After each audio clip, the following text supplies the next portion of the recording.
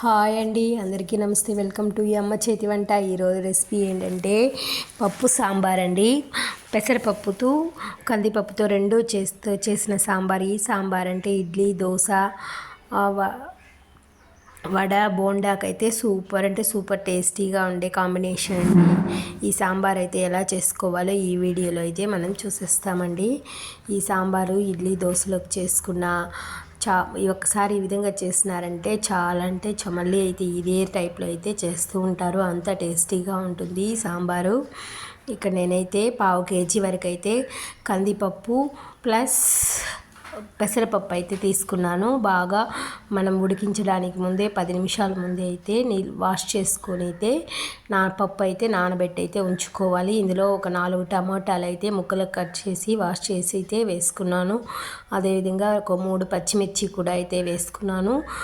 ఒక వెల్లుల్లిపాయ దెబ్బలు అయితే ఒక 4 అయితే వేసుకొని పప్పునైతే పసుపు అయితే వేసుకొని బాగా ఉడికించుకోవాలి. పప్పు బాగా నానిందంటే భిన్న ఉడికిపోతుంది పప్పు. అందుకనేసి అయితే నేను ఇక్కడ పొయ్యి పైన అయితే పప్పు అయితే ఉడికించుకుంటున్నాను. కాబట్టి నేను గుండాలోనైతే పెట్టుకున్నాను. స్టవ్ పైన అయితే కుక్కర్లో అయితే పెట్టుకునేదాన్ని. పొయ్యి మండుతా ఉంది కాబట్టి ఇప్పుడైతే పప్పు అయితే బాగా ఉడికిపోయింది. బాగా పప్పుని వాటర్ అంతా వంచేసి బాగా ఎనుపుకోవాలి. ఇక్కడ అయితే ఆయిల్ వేసి పోపు దినుసులు వేసి చిటపటలాడిన తర్వాత ఒక 2 ఆనియన్లు కట్ చేసి అయితే వేసుకొని బాగా ఫ్రై చేసుకోవాలి. జీలకర్ర దీంట్లో పోపులో జీలకర్ర వేస్తే చాలా అంటే చాలా టేస్ట్గా ఉంటుంది. మనం ఎనుపుకున్న పప్పునైతే పోసుకోవాలి. ముఖ్యంగా ఈ పప్పు చారుకి మనం జీరా పౌడర్ అయితే ఒక 1/2 టీ స్పూన్ వేస్తే టేస్ట్ అయితే చాలా అంటే చాలా బాగుంటుంది. నేనైతే ధనియాల పొడి 1 స్పూను, జీరా పొడి ఒక 1/2 టీ స్పూను, కారపొడి కూడా 1 స్పూన్ అయితే వేసుకున్నాను. మనం ఆల్రెడీ పచ్చిమిర్చి వేసినాం కాబట్టి కారపొడి కొంచెంగా వేసుకున్నా కూడా సరిపోతుంది.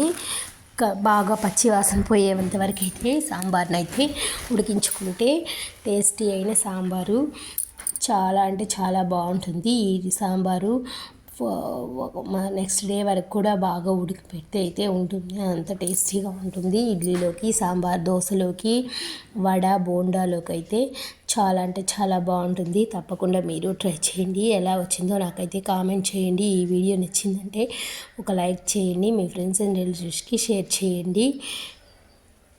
మరిన్ని మంచి వీడియోల కోసం మన ఛానల్ని సబ్స్క్రైబ్ చేసుకోండి. లాస్ట్లో అయితే కొత్తిమీరతో వేసుకున్నామంటే కొత్తిమీర స్మెల్ అనేది చాలా అంటే చాలా బాగుంటుంది. ఈ వీడియో నచ్చితే లైక్ చేసి సబ్స్క్రైబ్ చేసుకోండి. Thank you for watching.